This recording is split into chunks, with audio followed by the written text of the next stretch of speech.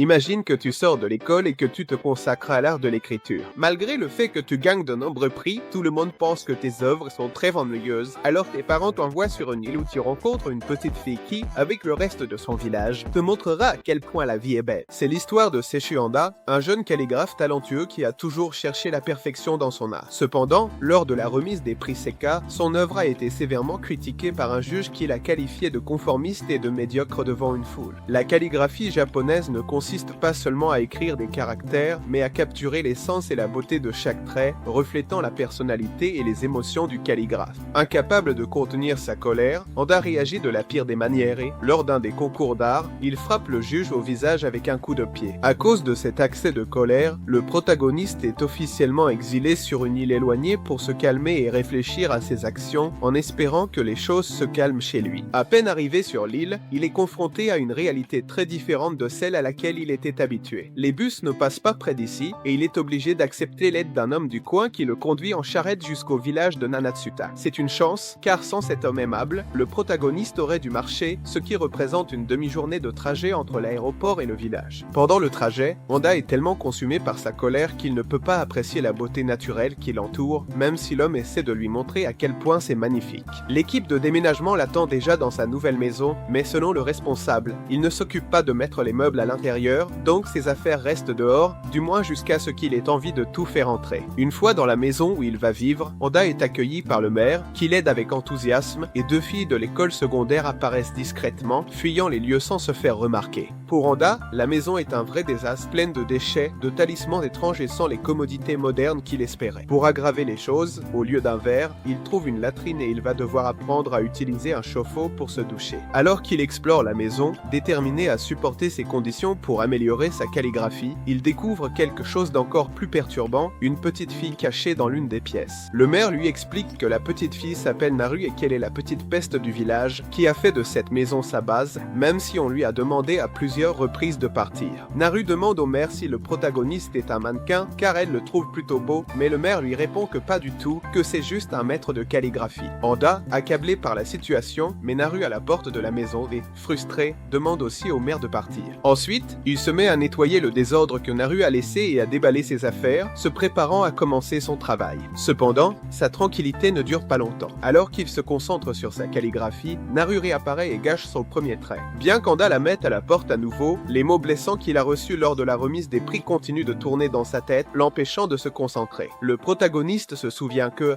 après son accès de colère, tout le monde le considérait comme pédant et a décidé qu'il valait mieux l'isoler et ne pas lui parler, ce qui se ressent dans son écriture, car ce qui commence comme un poème finit par dire que tout ce qu'il a, ce sont des ennemis. Quand il essaie de retourner au travail, il découvre que Naru et le maire ont de nouveau envahi sa maison, le forçant à les mettre à la porte une fois de plus. Finalement, Handa se résigne et décide de continuer à travailler pendant que Naru, maintenant plus calme, lit à ses côtés. La petite fille lui dit que sa calligraphie est vraiment bonne, la comparant à celle de son maître d'école. Cela déclenche des souvenirs douloureux chez Handa, qui insulte Naru et s'en va, frustré et confus. Cependant, en réfléchissant face à la mère, il se sent coupable d'avoir maltraité la petite fille et se rappelle pourquoi son père l'a envoyé sur l'île, pour qu'il se calme et devienne une meilleure personne. Le protagoniste se souvient de la conversation avec son ami et agent, qui lui dit qu'il devrait s'excuser et accepter qu'il a mal réagi à une mauvaise critique, mais il lui répond qu'il ne le fera pas, car il a raison, même si personne ne le comprend. Naru le trouvait, dans un geste de maturité surprenant. Lui demande pardon et lui rend les feuilles qu'elle a utilisées pour imiter sa calligraphie. Handa s'excuse aussi et reconnaît qu'il a fait des efforts. Les deux sortent se promener et Naru lui dit qu'il a été facile de copier sa calligraphie, car c'est assez simple, ce qui pousse le protagoniste à la jeter à l'océan. Elle lui dit aussi que la raison pour laquelle elles sont simples, c'est parce que ce sont des designs d'entraînement et qu'ils sont faits pour être jetés, mais Naru l'interrompt et le jette aussi à l'eau. Ils nagent tous les deux jusqu'à la rive, puis grimpent une côte pour atteindre le sommet d'un mur de pierre, car de là, ils peuvent contempler le coucher de soleil, pour une raison quelconque, affecte un peu plus notre protagoniste cette fois. Handa rentre et découvre que Naru est la petite fille de son chauffeur de taxi. Ses voisins l'aident à organiser ses affaires. Il se retrouve aussi avec tous ses voisins qui sont venus l'aider à organiser ses affaires, et ce geste de gentillesse touche notre protagoniste, lui faisant comprendre que son exil pourrait être la clé pour améliorer non seulement sa calligraphie, mais aussi son cœur. Avec le temps, Anda commence à s'adapter à la vie sur l'île, entouré de personnes qui l'acceptent et l'inspirent à devenir meilleur. Finalement, Anda appelle son ami Kawafuji et lui demande de s'excuser en son nom auprès du juge, reconnaissant que même s'il n'est pas encore prêt à le faire, il sait qu'il doit assumer la responsabilité de toutes ses actions,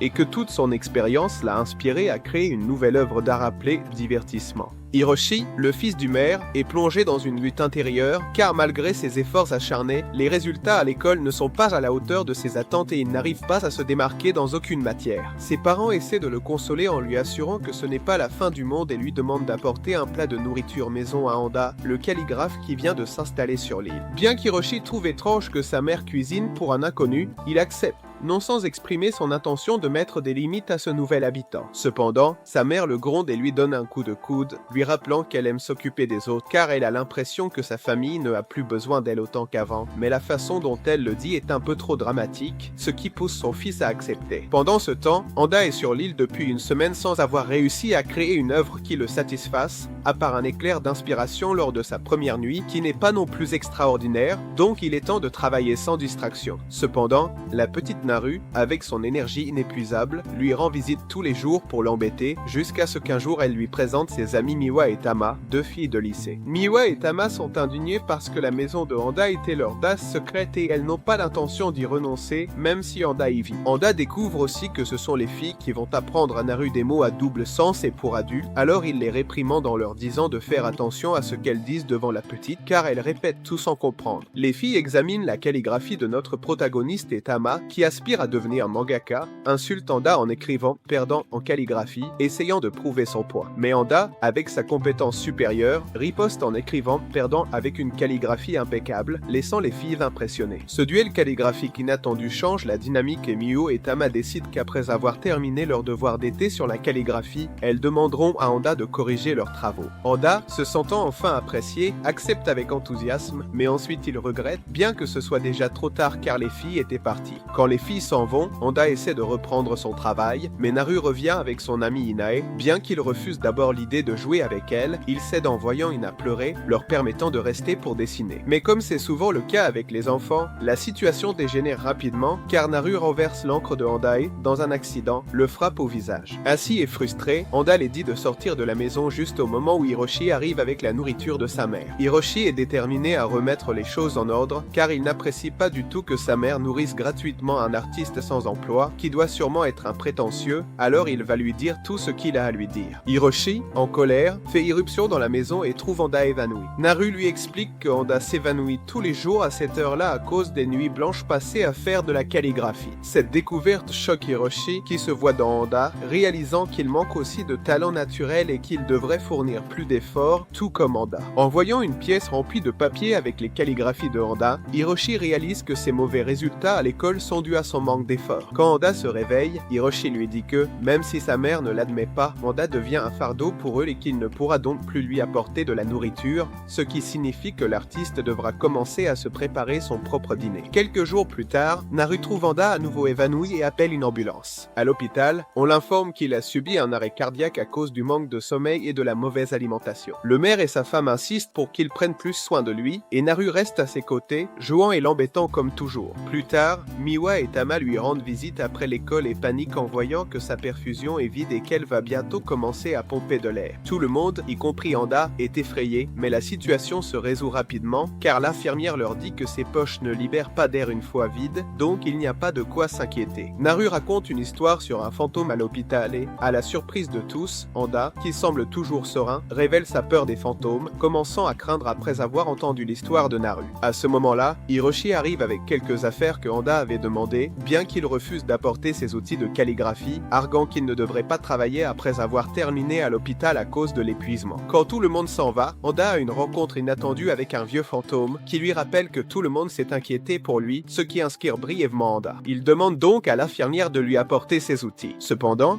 la femme refuse car elle veut qu'il se rétablisse complètement. Anda, insistant, devient un peu lourd, alors il attrape l'infirmière en exigeant son matériel d'art. Plus tard, l'infirmière informe qu'Anda a eu une montée de fièvre et qu'il doit se reposer, bien qu'en réalité, il ait subi un coup à la tête grâce à l'infirmière en colère. En vérifiant sa sortie, Anda est accompagné par le maire, sa femme et Naru. C'est alors qu'il découvre que le vieil homme avec qui il a parlé était en réalité un fantôme, ce qui le plonge dans une nouvelle crise de nerfs. Naru est super fière d'elle-même parce qu'elle a commencé à apprendre à lire plus tôt que prévu, même si normalement on enseigne ça en 3e année, elle est déjà en train de progresser. Les deux adolescentes, Miwa et Tama, sont surprises car elles n'auraient jamais imaginé que Naru serait si studieuse et elles soupçonnent que Anda a quelque chose à voir avec son enthousiasme pour apprendre. De son côté, Anda est tout excité car il a envoyé un de ses travaux à Tokyo pour le présenter à l'exposition de Kai et il est particulièrement fier du travail qu'il a fait juste après être sorti de l'hôpital. Il manque d'encre noire et va au marché. Distrait par des aiguilles, il trouve un flacon d'encre, mais Tama le cherche aussi. Pendant qu'il est là, il voit plein de bonbons et pense à en acheter quelques-uns pour Naru, mais il se laisse distraire par un petit accident avec un sachet d'aiguilles, donc il doit s'occuper de tout nettoyer pour aider la vieille vendeuse. Quand il trouve enfin l'encre, il se rend compte qu'il ne reste qu'un seul flacon et juste à ce moment-là, Tama apparaît aussi en cherchant la même chose. Dans un geste de gentillesse, Anda décide de laisser l'encre à Tama et il choisit d'utiliser un peu de peinture à l'huile pour ses prochains travaux. Tama, reconnaissante, lui dit qu'elle travaille sur un manga shonen et qu'elle prévoit de l'envoyer à une maison d'édition. Elle lui demande de le lire et de lui donner son avis le plus sincère, car tous deux s'expriment à travers l'encre. Anda, bien qu'il ne connaisse pas grand-chose au manga, accepte de l'aider, mais quand il ouvre le manuscrit et se retrouve face à des images assez intenses, il lui suggère de centrer son histoire sur des thèmes comme l'amour et l'amitié, au lieu de se concentrer autant sur la violence, en plus de dire que son contenu est trop adulte pour un public shonen, qui est entre 12 et 18 ans. Tama, cependant, change d'attitude et lui explique avec passion que ce qui rend un manga intéressant, ce n'est pas un protagoniste moralement bon, mais des éléments sombres comme les coups, les corbeaux et les morales détruites. Et pendant qu'elle parle, elle devient de plus en plus intense et sombre. Après la discussion, Tama prête à Anda une collection de mangas pour qu'il puisse se mettre à jour et lui donner des conseils plus éclairés. Cette même nuit, Tama regrette d'avoir montré son vrai visage à Anda, craignant que maintenant tout le village la voit comme une otakurara ou pire encore, comme une fujoshi. Pour ceux qui ne le savent pas, fujoshi est un terme japonais utilisé pour désigner les femmes fans de BL, et comme Tama est la seule otaku du village, ça lui fait un peu honte. Ainsi, la jeune fille décide de cacher ses mangas yaoi pour éviter que les gens ne la mal interprètent. Pendant ce temps, Hiroshi arrive chez Anda et lui dit qu'à cette période de l'année, l'école fait des exercices de calligraphie, donc tous les garçons achètent de l'encre et ça commence à manquer. Sachant cela,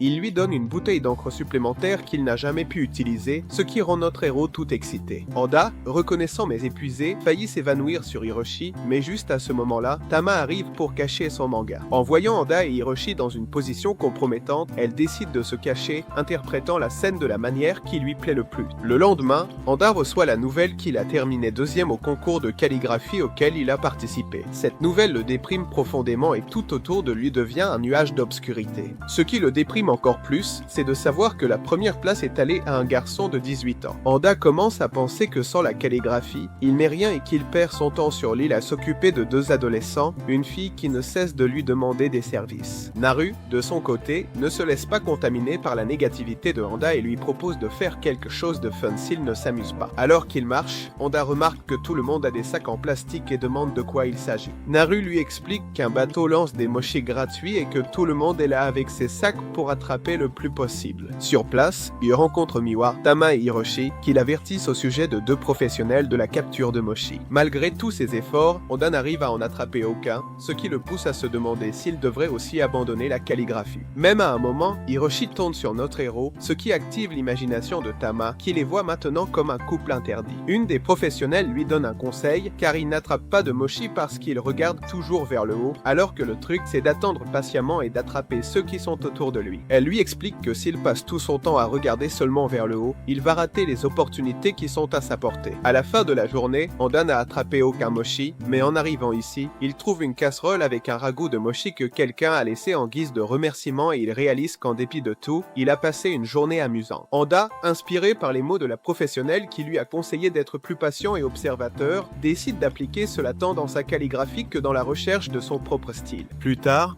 il décide d'utiliser son ordinateur, mais après plusieurs tentatives infructueuses, il se rend compte qu'elle ne s'allume pas. Cela le frustre car il doute qu'il y ait un magasin de réparation d'ordinateurs sur l'île. En essayant de contacter Kawafui, il découvre que son téléphone ne fonctionne pas non plus depuis la fois où il est tombé à la mer. Sans ordinateur, téléphone et internet, il panique en réalisant qu'il lui sera impossible de travailler. Après un mois sur l'île, la vie s'est révélée être plus mouvementée que ce à quoi Anda s'attendait. Malgré cela, il y a un endroit qu'il adore visiter, une maison pleine de chats où vivent au moins 15 d'entre eux. Bien qu'Anda adore les chats, il ne s'est jamais approché d'eux et quand il décide enfin de le faire, les propriétaires lui expliquent que tous les chats sont des errants et qu'ils ne s'entendent pas bien avec les humains. Malgré tout, Anda essaie de caresser un d'eux, mais il ne récolte qu'une belle griffure sur le visage. Après un moment passé parmi les chats, il commence à sentir que ses yeux larmoient et que son cou devient rouge. Anda, résigné, conclut qu'il est allergique aux chats, ce qui explique pourquoi, depuis son enfance, ses parents lui ont interdit d'avoir un animal de compagnie. Sans y prêter trop attention, il se dirige vers un endroit avec des téléphones publics pour essayer d'appeler Kawafuji. Là, il ne trouve pas le propriétaire, mais il rencontre Naru et son ami Aki, que la petite décrit comme un expert en jeux vidéo. Anda se rend compte qu'Aki est le frère de Tama et après un moment, Aki passe à Anda un téléphone à cadran, quelque chose que Anda ne s'attendait pas à voir au 21e siècle. En essayant de l'utiliser, il se rend compte qu'il ne sait pas comment faire, donc Aki doit composer le numéro pour lui. Anda contacte Kawafuji, mais Kawafuji lui conseille de faire une pause. Anda, sachant que la date limite est le 10 septembre, insiste pour recevoir les matériaux pour son travail, déterminé à gagner le premier prix. Bien que les enfants soient agaçants, Anda leur offre de la gomme de masquage avant de se concentrer sur son travail. Kawafuji conseille à Anda de se détendre, mais il ignore le conseil. Il demande à Kawafuji d'envoyer les matériaux pour son prochain travail, déterminé à gagner, probablement. Le plan de Kawafuji avec sa psychologie inversée. Bien que les enfants soient gênants, Anda leur donne de la gomme de masquage avant de se reconcentrer sur son travail. Ce jour-là, Anda décide d'écrire, mais après un moment, il réalise qu'il n'a pas d'inspiration et décide de sortir. Bien que les enfants autour de lui puissent être agaçants, Anda leur offre à chacun de la gomme de masquage avant de se reconcentrer sur son travail. Ce jour-là, Anda se fixe pour objectif de commencer à écrire, mais après avoir passé un bon moment devant la feuille, il se rend compte qu'il n'a pas d'inspiration. Alors il décide de sortir se promener. Pendant sa promenade, il trébuche sur une boîte d'algues d'où sort un plongeur avec une cicatrice qui lui traverse tout le visage, lui donnant un air intimidant. En découvrant qu'Anda est le célèbre calligraphe, l'homme, qui s'avère être le père de Miwa, lui demande,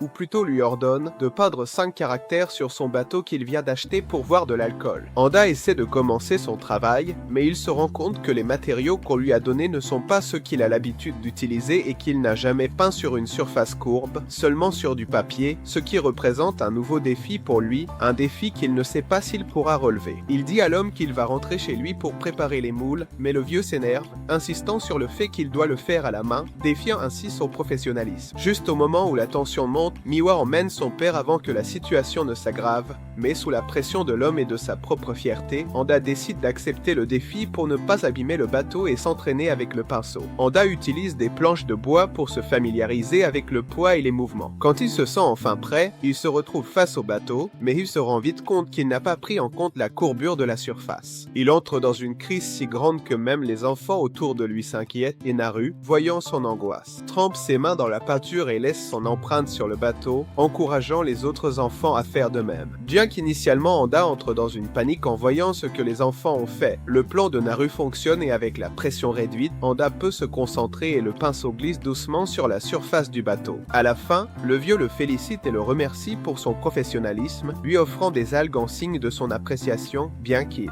le réprimande de manière menaçante pour avoir sali ses planches, ce qui pousse notre protagoniste à s'enfuir en courant. Après avoir travaillé sur le bateau, Anda remarque que le pinceau semble plus léger quand il peint sur du papier. Cela le donne envie de s'entraîner plus intensément pour l'exposition de calligraphie qui aura lieu dans un mois. Cependant, sa concentration est interrompue lorsque le grand-père de Naru lui remet un énorme sac en plastique rempli de konomo. Anda goûte une bouchée et devient complètement accro à ce goût délicieux, au point que quand il essaie de pratiquer sa calligraphie, il ne peut penser à rien d'autre qu'au konomo. Le konomo est une sorte de marinade japonaise qui est très courante dans la cuisine japonaise. Quelques jours plus tard, Anda se retrouve en quelque sorte en manque, tournant en rond chez lui en attendant avec impatience que le grand-père de Naru lui apporte plus de konomo. Quand on frappe enfin à la porte, Anda court désespérément en attendant sa dose de médicaments, mais ce ne sont que Naru, Tama et Miwa. Heureusement, Naru apporte avec elle un grand sac de konomo, de la part de son grand-père, ce qui améliore instantanément son humeur. Avec un Anda plus heureux, il commence à à donner des cours de calligraphie aux filles. Quand il leur montre comment faire les premiers caractères de base, Miwa exprime son désir d'apprendre quelque chose de plus pittoresque, comme la calligraphie qu'Anda utilise habituellement. Cependant, Anda insiste sur le fait qu'ils doivent commencer par les bases avant d'essayer quelque chose de plus avancé. Miwa mentionne qu'elle aimerait quelque chose comme ce qu'Anda a dans la pièce du fond, mais il leur explique que c'est un travail en cours et que s'il est reconnu lors de l'exposition, il pourra le leur donner sans problème, mais que ce n'est pas le bon moment pour ça. Quand les filles mentionnent que la calligraphie n'est qu'un hobby pour elles, Anda passe en mode professionnel et autoritaire, s'assurant qu'il leur enseignera tout ce qu'il sait sur la calligraphie. Il passe tout l'après-midi à s'entraîner, et quand les filles se plaignent d'être fatiguées, Anda les pousse encore plus à continuer à pratiquer. Désespérée, elle lui demande de sortir acheter quelque chose à boire pendant qu'elle se repose, promettant de continuer à son retour. Pendant qu'Anda est dehors, Tama et Miwa commencent à parler de l'intensité d'Anda, en commentant qu'avec un tel niveau de sérieux, il ne trouvera jamais de petite amie, à moins qu'il n'ait déjà une copine à distance. Curieuse, elle décide de fouiller dans sa maison et trouve une photo d'Anda avec Kawafuji et d'autres personnes, mais personne ne semble être sa petite amie.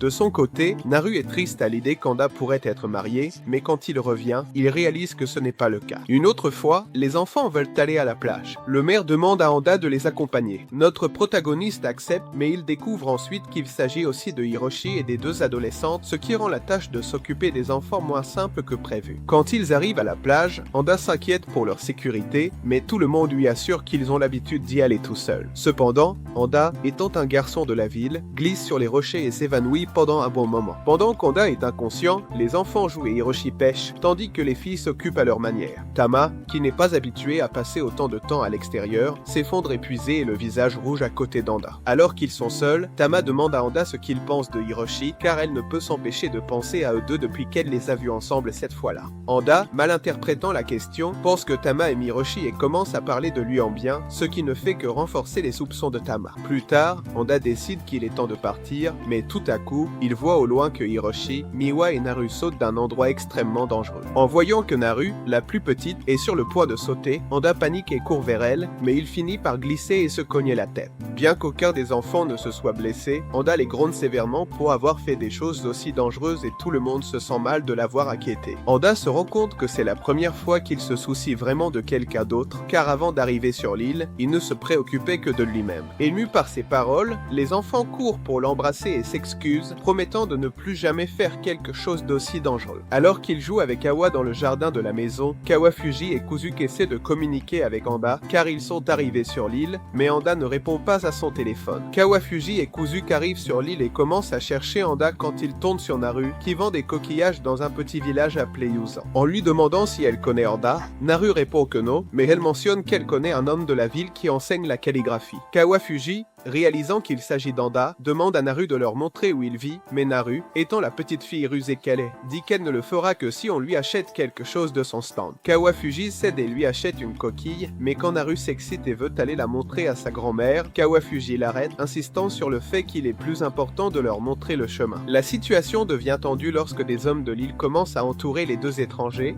les soupçonnant à cause de leur tatouage et du fait qu'ils tiennent une fille par le bras. Inquiets de savoir s'ils pourraient être des délinquants, les hommes décident de porter l'affaire à la réunion de ce soir, où ils discuteront de la confiance à accorder à Kawafu et Kuzuke. Cette nuit-là, alors qu'Anda, Hiroshi et Naru dînent tranquillement, Kawafu et Kuzuke font irruption dans la maison, visiblement ivres après avoir bu à la réunion. Kawafuji gronde Anda pour ne pas avoir répondu à ses messages, s'inquiétant pour son bien-être et lui rappelant à quel point il est difficile de vivre sur une île. Anda explique que son téléphone portable s'est cassé quand il est tombé à la mer, ce qui a un peu apaisé l'inquiétude de son ami. Pendant qu'Anda cherche de la nourriture pour ses invités, Kuzuke en profite pour dire à Miwi et Hiroshi qu'il n'est pas seulement un ami d'Anda, mais aussi son plus grand fan, et qu'il a décidé d'étudier la calligraphie grâce à lui. Il révèle qu'à 18 ans, il a réussi à battre Anda dans un concours, ce qui inquiète les adolescents, car Anda entre en crise en découvrant que son fan l'a surpassé. Ils empêchent Kuzuke de le voir, retardant la rencontre au matin suivant. Anda les surprend en disant qu'il savait déjà qui était Kuzuke, car Kawafuji lui en avait parlé. Le lendemain, Kuzuke rend visite à Anda seul, car Kawafuji a la gueule de bois, et excité, il lui montre ses livres et confie qu'il est son plus grand fan. Cependant, Honda surprend Kuzuke en mentionnant qu'il savait déjà qui il était, car Kawafuji lui en avait parlé dans l'un de ses messages. Le lendemain, Kuzuke rend visite à Honda tout seul, puisque Kawafuji gère une gueule de bois, et tout excité, il lui montre tous les livres qu'il a sur lui et lui confie qu'il est son plus grand fan. Ensuite, il lui demande de revenir à Tokyo et de se consacrer sérieusement à la calligraphie. Kawafuji explique qu'il vend l'art d'Honda et a besoin qu'il continue à produire. Honda ne crée rien de concret. Il a amené Kuzuke pour qu'il devienne un rival et motive Honda. Kuzuke dit à Honda que sa calligraphie est devenue ennuyeuse sur l'île. Depuis qu'Honda est arrivé sur l'île, il semble être au bord d'une épiphanie, mais il n'arrive jamais à créer quelque chose de concret. C'est pourquoi il a amené Kuzuke sur l'île, espérant qu'il devienne un rival qui motivera Honda à s'efforcer davantage, à grandir et surtout à produire. Kuzuke dit à Honda que sa calligraphie est ennuyeuse. Des avions en papier faits avec ses magazines tombent autour de lui. Il réfléchit à la façon dont, quand il faisait de la bonne calligraphie, il ne gagnait pas de prix, mais maintenant que son travail est récompensé, on lui dit qu'il est ennuyeux. Alors qu'il s'enfonce dans ses pensées, des avions en papier faits avec les pages de ses magazines commencent à pleuvoir autour de lui. Honda a une révélation. Il cherche son propre style. La nouvelle de la célébrité de Honda se répand et les habitants viennent pour des autographes. Il s'adapte à la vie locale et participe aux activités. C'est pourquoi il décide de rester sur l'île jusqu'à ce qu'il découvre qui il est vraiment. Plus tard, la nouvelle que Honda est devenu célèbre se répand sur toute l'île et tous les habitants commencent à apparaître chez lui pour lui demander des autographes. Kawafuji et Kuzuke ne sont pas vraiment ravis de passer leurs vacances sur une île où apparemment il n'y a rien d'intéressant. Cependant, ils décident de s'adapter à la vie locale et de participer aux activités du coin. Un de ces jours-là, ils se joignent aux villageois pour une journée de pêche. Très vite, il devient clair qu'ils sont tous les deux trop citadins et n'ont aucune idée de comment pêcher. De son côté, Hiroshi, déterminé à ne pas perdre son temps avec des petits poissons, se lance à la recherche du Izaniwu, une espèce qui, d'après la réaction de Miwa, semble être un gros poisson difficile à attraper. Elle lui souhaite bonne chance, sachant que c'est un défi de taille. Pendant ce temps, Miwa s'occupe d'apprendre aux citadins comment pêcher, ce qui éveille leur enthousiasme en sachant que les jurelles qu'ils attraperont feront partie du dîner. Cependant, Kuzuke, qui n'est pas vraiment intéressé par la pêche, commence à se plaindre en disant qu'il préférerait être en train de pratiquer la calligraphie avec Honda, mais Honda refuse, en soulignant que chaque fois qu'ils pratiquent ensemble, Kuzuke finit par le critiquer et lui dire qu'il a empiré. Kawafuji, en apprenant les mots durs que Kuzuke a dit à Honda, le fait une sévère réprimandée. Au cours de la discussion, il se révèle que Kuzuke traverse une mauvaise passe depuis qu'il a vu le dernier travail de Honda. Honda lui dit que son travail ne s'est pas détérioré, car s'il l'avait été, il n'aurait pas gagné de prix. La véritable raison derrière les commentaires de Kuzuke, c'est qu'il s'est laissé trop influencer par le style de Honda. Quand Honda a décidé de changer de style, Kuzuke s'est retrouvé sans exemple sur lequel s'appuyer, ce qui a affecté son propre travail. Kawafuji en a profité pour parler de l'importance de trouver et de développer son propre style, plutôt que de simplement copier celui des autres. Au crépuscule, tout le monde se réunit pour voir si Hiroshi a réussi à attraper Izanibo. Bien qu'il n'ait pas eu de chance, Naru lui remet un super hameçon fait par ses soins qui, même s'il ne semble pas très prometteur, est la seule option qu'ils ont. Contre toute attente, ils réussissent à attraper le Izaniwo, mais l'hameçon fait maison de Naru se casse au dernier moment et le poisson retombe dans l'eau, provoquant les rires de tous. Plus tard, Honda dit à Kuzuke que depuis qu'il est arrivé sur l'île, il a vécu des moments de grande joie qui lui ont permis de créer de nouvelles œuvres. Kozuki admet qu'il commence à ressentir la même chose et Naru, toujours curieuse, découvre que le nouveau projet de Honda est une grande peinture calligraphique qu'il a réalisée en utilisant des poissons comme pinceau. Après 5 jours sur l'île, il est temps pour les habitants de retourner à Tokyo. Avant de partir, Kawafuji dit à Honda qu'il est content de le voir en forme et qu'il devrait le dire à son père. Honda, dans un geste qui surprend Kawafuji, lui explique qu'il ne croit plus que son père le déteste, au contraire, il comprend maintenant que son père est strict avec lui parce qu'il a confiance en son potentiel. Cette révélation montre que Honda a laissé derrière lui son attitude de garçon rebelle. Kuzuke, de son côté, s'excuse auprès de Honda pour les choses qu'il lui a dites et le remercie de l'avoir aidé à élargir ses horizons pendant le voyage. Honda lui répond que ce fut aussi une expérience positive de le connaître. Alors que l'avion qui emmène Kawafuji et Kuzuke s'éloigne, Hiroshi réfléchit à sa dernière année sur l'île, sachant qu'à un moment donné, il devra partir et affronter le monde au-delà de chez lui. Hana réfléchit aux paroles de Kawafuji sur le fait que le rôle des jeunes est d'être des pionniers et d'explorer de nouveaux horizons sans craindre l'échec. Inspiré, il décide d'expérimenter avec différents objets pour peindre, calligraphie,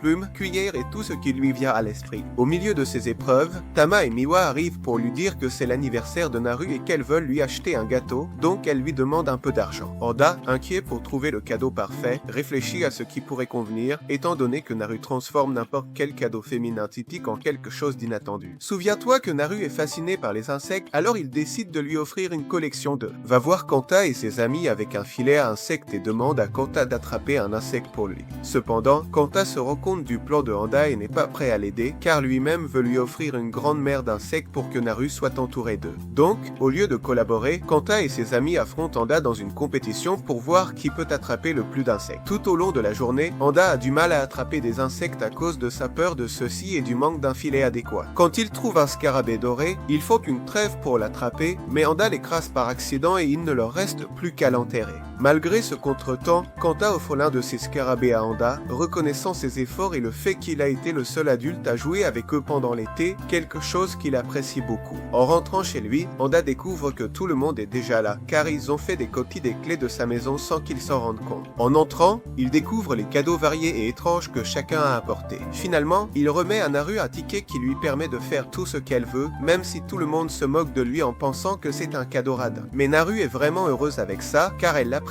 plus que n'importe quel autre présent. Un autre jour, Naru demande à Anda de l'aider avec les préparatifs pour l'Obon, une célébration qui est complètement différente de ce qu'il connaît en ville. L'Obon est une importante fête japonaise célébrée pour honorer les esprits des ancêtres. Anda est surpris de voir les lampes, l'encens et le riz jetés lors de la célébration. Ce qui l'impressionne le plus, ce sont les feux d'artifice et les hommes vêtus de costumes traditionnels qui chantent et dansent devant les tombes. Tama et Miwa discutent joyeusement de l'amélioration de l'attitude de leur sensei, mais Tama, qui comme le reste du village sait qu'Anda est sur l'île en punition, se demande ce qui arrivera à son maître quand il sera pardonné et pourra partir. Pendant le festival, Anda se rend compte que même si on parle toujours des grands-parents de Naru, il n'a jamais vu ses parents. C'est ici que Naru lui confie qu'elle est heureuse d'être là parce qu'elle est avec Anda. Ce moment fait comprendre à Anda que malgré le sourire constant de Naru, elle peut aussi ressentir de la solitude comme n'importe qui d'autre et il se promet de l'accompagner aussi longtemps que nécessaire. Ainsi, nos protagonistes restent un peu plus longtemps avec leurs amis, célébrant avec les esprits de leurs êtres chers. Il reste 2 semaines avant l'exposition et Anda semble frustré. Au début de son séjour sur l'île, il ressentait une agitation inspirante, mais cela ne s'est pas reproduit.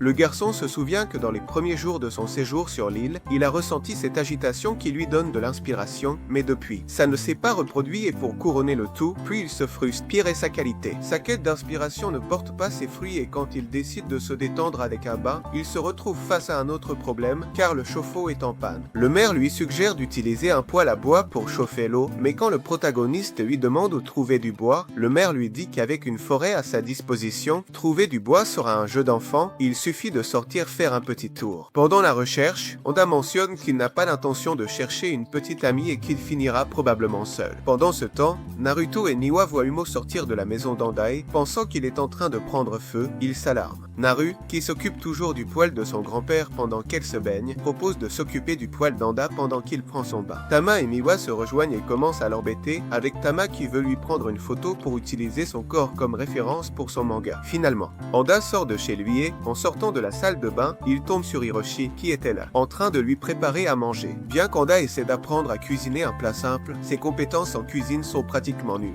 Les deux goûtent le plat de l'autre, ce qui n'est pas très positif pour Hiroshi, car le plat d'Anda est juste des concombres et c'est horrible. Juste à ce moment-là, Ina arrive en pleurant, leur annonçant que Naru est en train d'être embêté par des garçons plus âgés. Hiroshi et Anda courent vers l'endroit et découvrent que les enfants utilisent Naru comme corde à sauter. Malgré ses tentatives d'intimider les enfants avec des menaces d'appeler la police, le téléphone d'Anda finit dans une pile de caca. Alors, ils ont une nouvelle stratégie, au lieu de se battre, ils vont jouer à la balle aux prisonniers. Anda et Hiroshi font semblant de jouer avec les enfants et les font courir autour des garçons plus âgés en les frappant avec le ballon. La situation dégénère du côté le plus conflictuel et même si ça nous plaît de voir 2 adultes s'en prendre à une bande de gamins, tout ce bazar se résout de manière inattendue quand Aki arrive et que les plus grands, en le voyant, décident d'aller jouer avec lui. Avec le problème résolu, Anda décide de partir, mais les enfants lui demandent de jouer un peu plus. Bien qu'il accepte, le jeu implique d'utiliser une corde suspendue comme Tarzan, ce qui s'avère être trop dangereux. Anda essaie de lui faire comprendre le risque, mais Ina pousse tout le monde à sauter. La corde se casse en l'air et tout le monde tombe à l'eau, se blessant au passage, surtout Anda, qui a une petite blessure à la tête, mais qui guérit rapidement. rapidement. Au crépuscule, Anda trouve l'inspiration en rentrant chez lui, mais il trébuche et tombe d'une montagne. En regardant le magnifique coucher de soleil, il ressent une nouvelle étincelle d'inspiration. Cependant, alors qu'il se précipite pour rentrer chez lui et en profiter, il trébuche et tombe d'une montagne. Les enfants se retournent et voient que leur sensei n'est plus avec eux,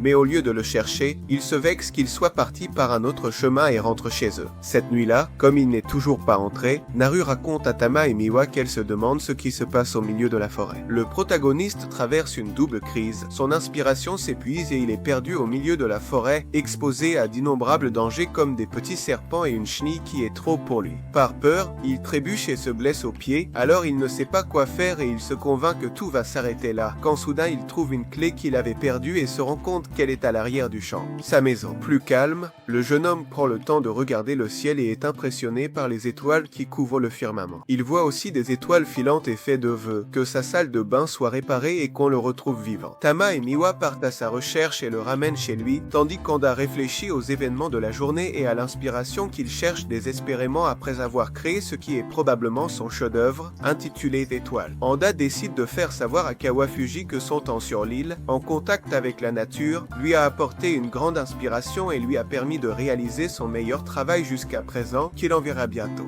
Dans la ville, Kawafuji discute avec le directeur du musée, à qui notre protagoniste avait lancé une chaussure. L'homme demande à Kawafuji si Anda s'est amélioré, car malgré tout, il reconnaît son talent et l'effort qu'il met pour améliorer son travail, qui pourrait être le meilleur de sa carrière, une œuvre que lui seul serait capable de réaliser, et c'est ce qu'il attend le plus. Voyant que la seule façon de faire en sorte qu'Anda s'améliore et rentre chez lui serait de faire la paix, l'homme dit à Kawafuji qu'il est peut-être temps de pardonner à l'artiste pour qu'il puisse revenir chez lui. De retour sur l'île, et malgré un nouveau caractère écrit, Anda hésite à l'envoyer à Kawafuji parce qu'il craint que cela ne fasse pas très professionnel. Pendant ce temps, le grand-père de Naru et un autre homme construisent un mur pour protéger le village du tifo qui approche. Bien qu'Anda préférerait continuer à travailler sur sa calligraphie, il décide d'aider avec le mur, reconnaissant que c'est une tâche plus importante. Surtout que le vieil homme a volé à Naru sa carte, ce qui oblige Anda à obéir. Donc il n'a pas vraiment le choix. Bien que Naru ne veuille jouer que comme ça, le garçon est capable d'aider car sa personnalité ordonnée lui permet de disposer les pierres de manière soignée, rendant le mur non seulement pratique mais aussi esthétique. Ensuite, le grand-père de Naru confie à Anda la tâche de transcrire les noms des donateurs pour la construction du mur. Anda s'attelle à cette tâche avec beaucoup de soin, appréciant l'opportunité d'écrire quelque chose de soigné, loin de son nouveau style de calligraphie. De plus, le vieil homme lui dit qu'il peut aussi écrire son nom sur la planche, en quelque sorte comme une signature, et bien que le protagoniste réponde qu'il ne devrait pas le faire puisqu'il n'a pas fait de don, le vieil homme lui dit que ce sera leur secret. Alors qu'il rentre chez lui pour travailler sur la planche, le protagoniste reçoit un appel téléphonique de Tokyo, donc il va répondre pendant que les enfants restent seuls. Là, Naru dit à ses amis qu'elle a plein d'activités prévues avec Anda, mais qu'elle a perdu sa chance en égarant le ticket. Ses amis lui répondent que, ticket ou pas, ils sont prêts à l'accompagner quand même. Anda répond à l'appel de Kawafuji, lui demandant de revenir le lendemain au lieu de rester une semaine et demie de plus sur l'île. Ensuite, l'enseignant voit le travail de ses élèves et leur dit qu'ils sont plus que prêts à remporter le premier prix à l'exposition de l'école, puisque sous sa tutelle, ils ont des années-lumière d'avance sur leurs camarades de classe. Les filles, de leur côté, ont quelques doutes, mais il leur dit que c'est lui qui a des doutes car il n'a pas reçu de réponse concernant son design et craint qu'il ne soit pas à la hauteur. Ainsi, tous les trois se laissent envelopper par l'obscurité. Naru apparaît et interrompt cette image déprimante, invitant notre protagoniste au festival de la ville. Sans prévenir personne de son départ, Anda décide de profiter de son dernier jour sur l'île et d'assister au festival qui s'y déroule. Pendant le festival, Anda découvre les jeux. Enfant, il était limité, adulte aussi. Il reconnaît Iku, l'infirmière, experte en pêche aux poissons,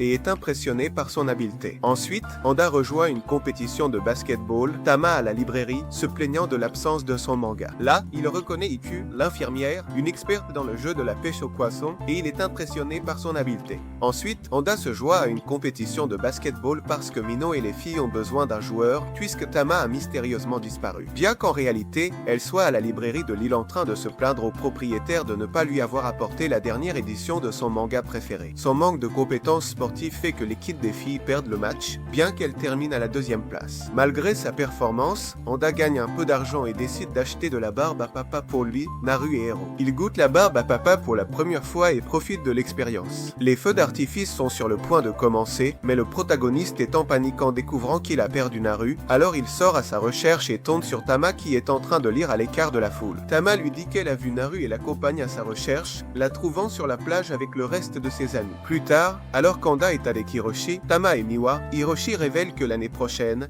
il va déménager en ville pour travailler. Anda est sur le point de confesser qu'il doit partir le lendemain, mais les feux d'artifice commencent à exploser et il décide de garder le silence. Cependant, les garçons pressentent ce qui se passe, car même dans son silence, Anda détourne. Le lendemain, notre protagoniste ferme à clé et s'en va, mais plus tard, Naru se rend chez Anda, seulement pour trouver la maison fermée à clé, vide, sans signe de Anda ni de ses affaires. Anda revient à Tokyo et croise Kawafuji, qui voit pour la première fois sa nouvelle œuvre de calligraphie. La pièce est grande, chaotique et magnifique, et Kawafuji commente qu'elle a un grand potentiel économique, car les grandes pièces se vendent mieux et plus cher. Bien qu'Anda soit excité, il se sent nerveux à l'idée de rencontrer le directeur et ne sait pas comment agir après l'histoire qu'il partage, puisqu'il l'a frappé avec sa chaussure. Anda commence un long discours sur la façon dont Lille a réussi à créer cette pièce parfaite et il entre dans une crise en pensant qu'en ville, il ne pourra pas faire quelque chose d'aussi bon. Juste à ce moment-là, le directeur arrive dans la salle. Anda le parle de manière formelle et est surpris de voir que le directeur utilise une canne, qu'il a des problèmes de dos et il s'excuse pour le coup. Le directeur lui dit qu'au lieu de lui faire un discours sur l'éthique et la morale, il a décidé de ne pas le faire parce qu'Anda a appris par lui-même. Puis il examine la calligraphie d'Anda. En prenant plus de 2 secondes pour donner son avis, Anda devient nerveux et assure que la pièce n'est qu'un brouillon et qu'il lui donnera l'original plus tard. Le directeur, cependant, lui dit que même si c'est un brouillon, il a capturé dans ses caractères quelque chose qu'il n'aurait jamais imaginé voir dans aucun autre travail. On peut voir les étoiles, le désespoir d'être seul dans l'obscurité, une profonde émotion dans les caractères. Il affirme qu'il mérite une première place à l'exposition, même s'il n'est pas le seul juge. Enthousiasmé, le directeur ne peut pas attendre de voir la véritable pièce et s'en va, laissant Anda complètement désespéré, car, comme nous le savons, c'était la pièce originale et maintenant il devra en sortir une de sa poche en moins d'un jour, ce qui le rend encore plus désespéré. Plus tard, le directeur voit une voiture avec le père d'Anda et commente que l'envoyer sur l'île a été une bonne décision, même s'il lui reste encore à s'améliorer un peu en tant que personne et en tant qu'artiste, car encore une fois, ils doivent maintenant payer pour ses accès de colère. Anda se sent désespéré en réalisant que le directeur attend plus de pièces de sa part. Il s'entraîne intensément et décide d'essayer de recréer des situations de l'île pour trouver l'inspiration pour ses nouveaux caractères, mais il n'a pas de succès. Kawafuji va lui rendre visite et le trouve en plein attaque de nerfs, dessinant caractère après caractère, mais tout est inutile, confesse Kawafuji. Pour lui, cette exposition est le premier pas vers sa réincarnation. Kawafuji, qui est non seulement son manager mais aussi le meilleur ami de notre protagoniste, s'inquiète pour lui et a une idée, alors il appelle les gens de l'île qui lui offrent tout leur soutien. Pour lui, cette exposition est le premier pas vers sa réincarnation. Kawafuji, qui est non seulement son manager mais aussi le meilleur ami de notre protagoniste, s'inquiète pour lui et a une idée. Il appelle les gens de l'île qui lui offrent tout leur soutien. On le gronde de s'être enfui sans dire au revoir et Naru lui dit qu'elle s'ennuie de l'île et qu'elle la trouve ennuyeuse sans lui. Avec le soutien et l'inspiration renouvelés, Anda décide de réécrire, il travaille toute la nuit et finit par créer le sommet de son œuvre,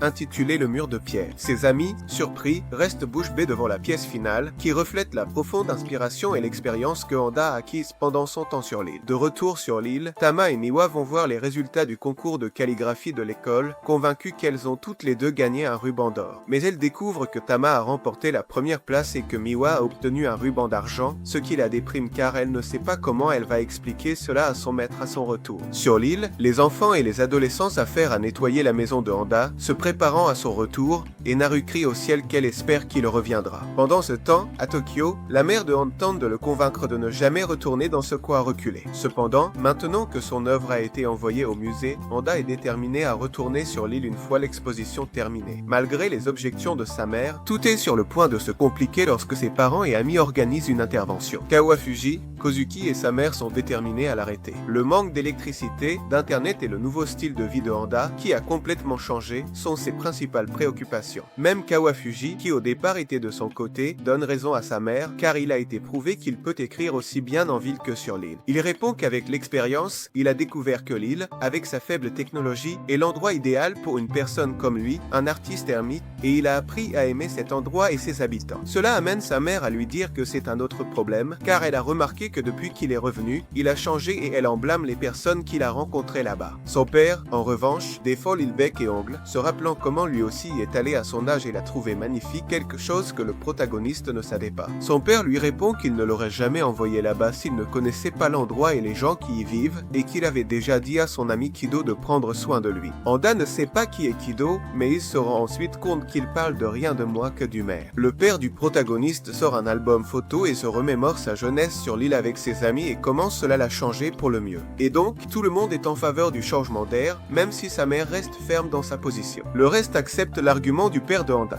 Il dit à Anda que même s'il l'a forcé à y aller lors de sa première visite, maintenant c'est à lui de décider par lui-même. Si ça l'aide à trouver de l'inspiration, pourquoi ne devrait-il pas le faire? Anda fait une analyse logique et arrive à la conclusion que le plus sensé serait de rester à Tokyo. Cependant, son cœur lui dit qu'il doit retourner sur l'île. La décision se renforce lorsqu'il reçoit une boîte envoyée depuis l'île, remplie de jouets, de branches, de nourriture et quelque chose d'encore plus spécial, les travaux de calligraphie de ses jeunes apprentis. L'impact de cette boîte fait changer d'avis sa mère, car elle voit à quel point l'île a besoin de Anda et finit par accepter que sa place dans le monde est là-bas. Finalement, la mère du protagoniste parle avec son père et tous deux s'accordent à dire que non seulement la calligraphie de Anda s'est améliorée, mais aussi sa personnalité et sa façon de se soucier des autres. Ainsi, les deux décident qu'il est temps de le laisser partir et se promettent de voyager sur l'île avec sa magie, à changer leur fils têtu avec un effort monumental et beaucoup de détermination. Un peu de plainte sur le ménage, car après un moment, les enfants se sont ennuyés et ont cessé de ranger pour se mettre à jouer. Les enfants et les adolescents finissent de préparer la maison juste à temps pour l'arrivée de Han. SOS Feos, en revenant sur l'île, notre protagoniste emprunte le même chemin que la première fois, mais cette fois, l'environnement lui semble incroyablement beau et serein. Pendant ce temps, dans la grande ville, son travail est sur le point d'être évalué par un groupe d'experts. Le retour est plein de surprises, car ses amis ont organisé une fête surprise pour le célébrer, mais il découvre qu'en réalité, il n'a pas gagné la première place. Ils craignent donc qu'il ait une nouvelle de ses crises de noirceur, ruinant la fête pour tout le monde. Ainsi,